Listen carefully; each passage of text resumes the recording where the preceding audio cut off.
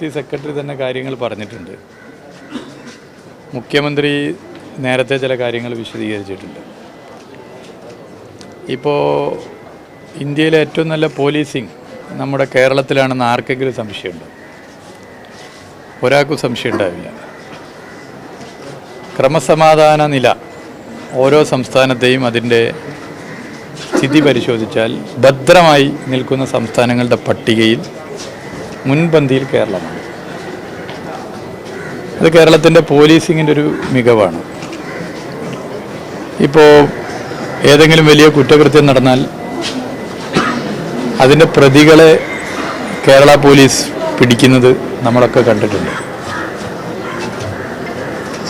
വളരെ മാതൃകാപരമായിട്ടാണ്, വളരെ പെട്ടെന്നാണ് പ്രതികളെ പിടിക്കുന്നത്. ഇന്ത്യയിലെ പല സംസ്ഥാനങ്ങളും നിങ്ങൾ എടുത്ത് പരിശോധിച്ചാൽ മനുഷ്യനെ മതവർഗീയതയുടെ പേരിൽ തമ്മിലടിപ്പിക്കുകയും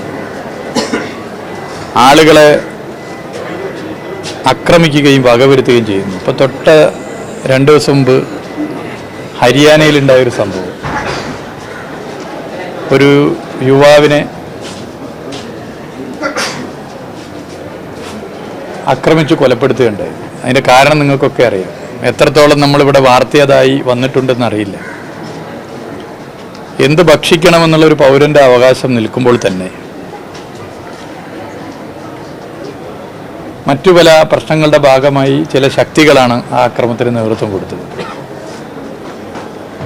മതന്യൂനപക്ഷ വിഭാഗങ്ങളിലെ ചെറുപ്പക്കാരെയാണ് അങ്ങനെ ആക്രമിച്ചത്. ഞാൻ ഓർക്കുന്നു, ഇതേ ഹരിയാനയിൽ ഒരു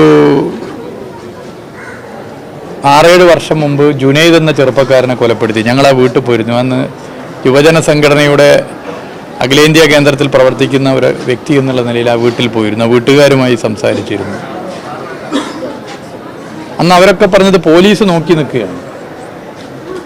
ഇത്തരം അക്രമം നടക്കുന്ന അത്തരം സംസ്ഥാനങ്ങളിൽ പോലീസ് അക്രമകാരികൾക്ക് സെക്യൂരിറ്റിയായി മാറുകയാണ്. എന്നാൽ കേരളത്തിൽ അങ്ങനെയൊന്നും കാണാൻ വേണ്ടി സാധിക്കില്ല. കേരളത്തിൽ മതനിരപേക്ഷതയും മതസാഹോദര്യവും കാത്തു സംരക്ഷിക്കുന്ന കാര്യത്തിൽ വലിയൊരു പങ്ക് വഹിക്കുന്നത് കേരളത്തിലെ പോലീസാണ്. കേരളത്തിലെ പോലീസിൻ്റെ മുഖം നോക്കാതെ എടുക്കുന്ന സമീപനവും നിലപാടുമാണ്. ഇങ്ങനെയുള്ള സമീപനം കാരണം കേരളത്തിൽ ഒരു വർഗീയ ലഹള ഉണ്ടാകുന്നില്ല, വർഗീയ കലാപമില്ലാതെ പോകുന്നു. ഇന്ത്യയിലെ പല സംസ്ഥാനങ്ങളിലും വർഗീയ ലഹളകളും കലാപങ്ങളും നിത്യസംഭവമാകുമ്പോൾ കേരളത്തിൽ കഴിഞ്ഞ 8 വർഷമായി അത്തരം സംഭവങ്ങൾ ഇല്ലാതിരിക്കാൻ കാരണം പോലീസ് എടുക്കുന്ന അതിശക്തമായ മുഖം നോക്കാതെയുള്ള സമീപനമാണ്. ആ സമീപനം പൊതുവെ ആളുകൾ അംഗീകരിക്കുകയാണ്. ദുരന്തങ്ങൾ ഉണ്ടാകുമ്പോൾ, ഇപ്പോൾ ചൂരൽമല ദുരന്തം ഇവിടെ നിന്ന് അധികം ദൂരമില്ല. ദുരന്തമുണ്ടായ ഉടനെ തന്നെ ജനങ്ങൾക്കൊപ്പം എല്ലാ ശക്തികൾക്കൊപ്പം കേരളത്തിലെ പോലീസ് സേന നടത്തിയ ഇടപെടലുണ്ട്. അതെല്ലാവരും അംഗീകരിക്കുന്ന കാര്യമാണ്. ഇങ്ങനെ ഇന്ത്യയിലെ നമ്പർ 1 പോലീസിംഗ് ഉള്ള സ്റ്റേറ്റ് കഴിഞ്ഞ 5-8 വർഷമായി കേരളമാണ്.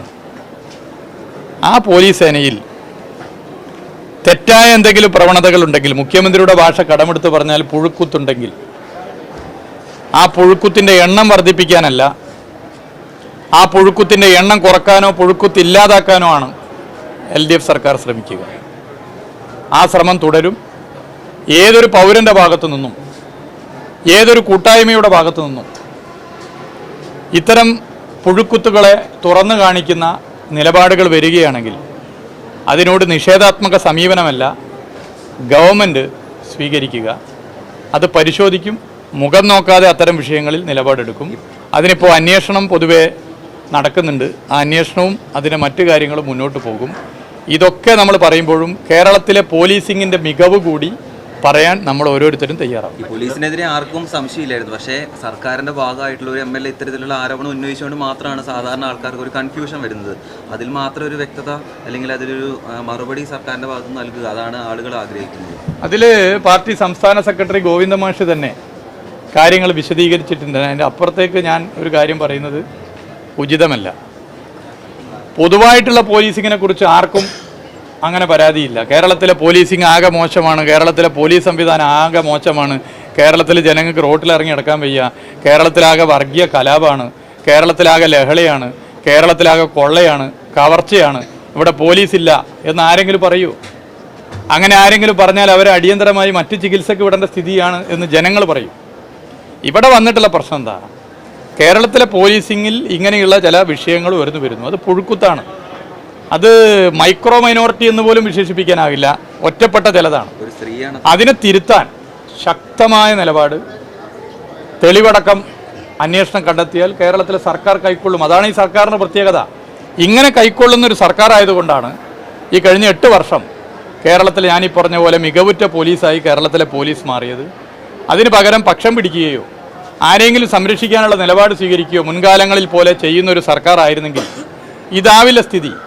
ഇതിൽ നിന്നും ചിത്രം മാറും. അതുകൊണ്ട് സർക്കാർ ഇത്തരം നിലപാട് സ്വീകരിക്കുന്നതാണ് പോലീസിംഗ് മികവുറ്റ പോലീസിംഗായി മാറുന്നത്.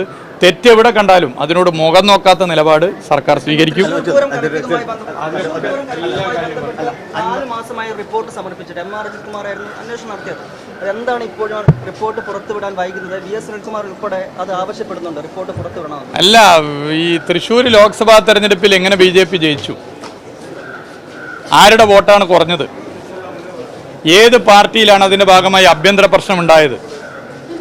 ഏത് രാഷ്ട്രീയ പാർട്ടിയാണ് ഞങ്ങളുടെ പാർട്ടിയിലെ ഇന്ന നേതാക്കന്മാർ BJPക്ക് വോട്ട് മറിച്ചു എന്ന് പറഞ്ഞ് പാർട്ടി ഓഫീസിൽ ഉൾപ്പെടെ സംഘർഷ സ്ഥിതിയിലേക്ക് എത്തിയത്? ആ പാർട്ടിയുടെ പേര് കോൺഗ്രസ് ആണ്. ആ കോൺഗ്രസ് പാർട്ടിയുടെ വോട്ടാണ് കുറഞ്ഞത്. കേരളത്തിൻ്റെ ചരിത്രത്തിൽ ആദ്യമായി BJPക്ക് നിയമസഭയിൽ ഒരു അംഗത്തെ തിരുവനന്തപുരം ജില്ലയിലെ നേമത്ത് 2016 കൊടുത്തപ്പോൾ അന്നും കോൺഗ്രസിൻ്റെ വോട്ട് ചോർന്നു. കോൺഗ്രസ് പിറകോട്ട് പോയി വോട്ട് മറിച്ചു. കേരളത്തിൻ്റെ ചരിത്രത്തിൽ ആദ്യമായി കേരളത്തിൻ്റെ ലോക്സഭാ സീറ്റുകളിൽ നിന്നും ഒരു BJP താമര ചിഹ്നത്തിൽ ഒരു സ്ഥാനാർത്ഥി വിജയിച്ച് വന്നപ്പോഴും അവിടെയാണ് കോൺഗ്രസിൻ്റെ വോട്ട് കുറഞ്ഞത്. കോൺഗ്രസ്സാണ് വോട്ട് മറിച്ചത്. കോൺഗ്രസിനകത്ത് പ്രശ്നമുണ്ട് എന്നുള്ള കാര്യങ്ങൾ അവിടെ ഉയർന്നു വന്നത്.